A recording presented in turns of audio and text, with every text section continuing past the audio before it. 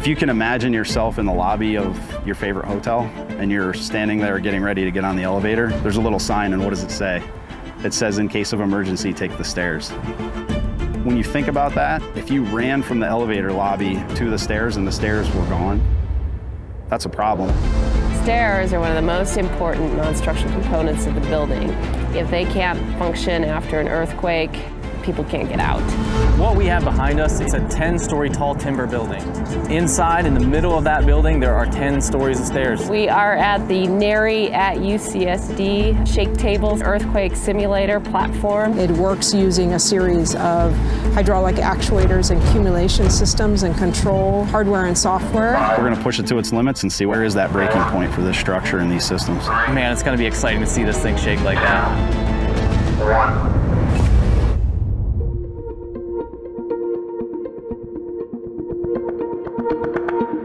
This program's a long time in the making. You know, we've been doing expansion joint cover systems and studying building movement for years. What we found is that a lot of the problems with buildings is the relief of the system to allow the building and the structure to actually move as it's intended to move. We've seen time and time again, there have been many classical examples of whole stair towers collapsing. The importance of that is for rescue personnel, we don't have ingress, we don't have egress for people who are in the building.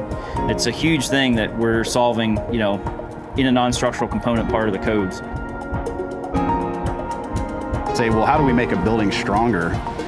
The initial answer is that you beef it up, you make it stiffer, and actually it's the opposite. And that's what we're learning through our research, our collaboration with the university, is that the more elastic a building is, in some cases, the better it performs in an earthquake situation and a movement consideration. Yeah, I was part of the original research team that wrote the proposal to NSF to develop resilient timber structures, and we wanted non-structural systems to be part of this story from the beginning.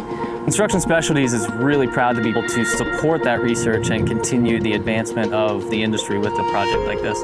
Fortunately, we're able to get the partnership going with CS to put the stair tower ideas into this program.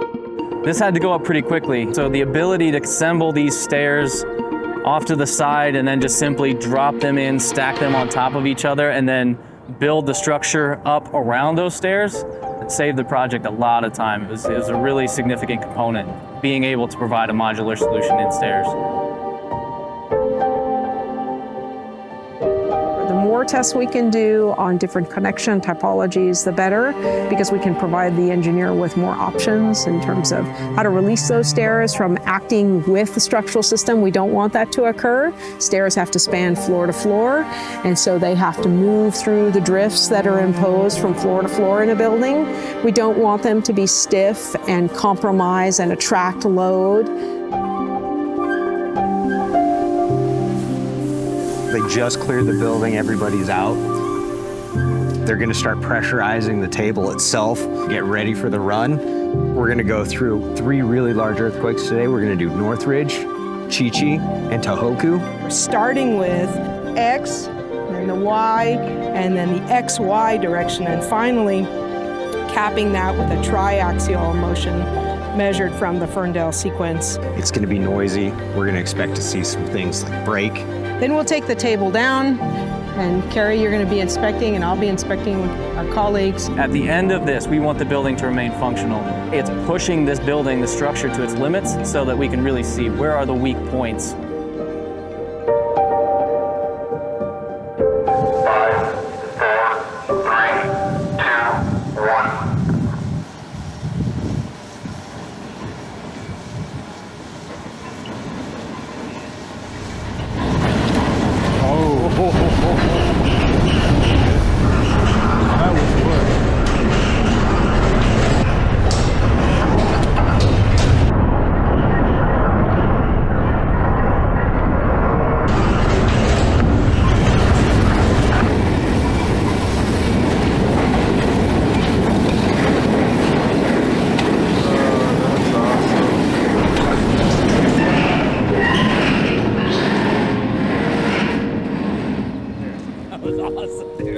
Yeah, that was unbelievable. Oh my God.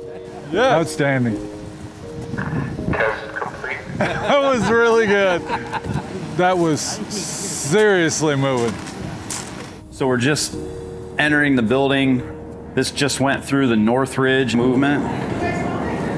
Right now, everything looks good. I think my biggest interest is traveling up the stairs from level to level and see how things look. Level 1 is a little bit challenged, landing 1.5 because that drift ready on that 13-foot floor is tight. Doing our fourth walkthrough on the stair system, looking for any kind of deflection in materials, alignment issues, railing issues. I was really expecting to see some damage on the treads. Haven't seen any visible damage really on any of the treads so far. Well, and everything's back to where it needed to be. It's all square. We're still walking up and down it just fine. If you're looking for the big things, there's really no big things that we're finding. So you're looking for minute details, right, that an average person walking the stairs not even going to look for. Yeah, and so there is a gap. There's a visible gap between the stringer end channel and the channel backing to the supporting the drift ready, and that could create some challenges. Still not finding any loose treads or broken treads. Bolts still look good. I wouldn't even call this damage, but I would say outside of any visible elements that we've seen, the only thing that we've really seen that displaced was just the handrail.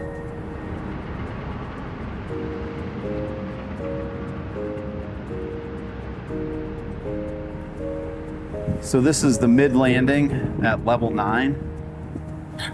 And can you see where those connections are still vulnerable? They're still ready to roll. Yep. They'll take another test easily. We had high hopes it was going to survive, but this is amazing. This is it. Every level that we go up and find a normal stair system, it feels good. We've been talking about the age of this building based on the number of cycles we've gone through, right? It's gone through 64 motions as of this test. This building's like 7,000 years old today. Pretty excited about the fact that the stairs are performing exactly as we designed and intended them. From this data, we've also proven that things that are built with these types of details are working well. So that's good news. I think in 10 years from now, people will look at this test and think is cutting edge in terms of paving the way for full building resilience. I think companies, researchers, design will be studying this data well beyond 10 years. I think that's what we're all hoping. This is a tall wood timber structure. I think potential next steps is to look at how does a steel structure perform? How does a concrete structure perform? When we get to a situation where we feel like we've reached the pinnacle of the solution, that's not good enough for us. This is about bettering the industry and bettering the buildings for the people that occupy these buildings day in and day out.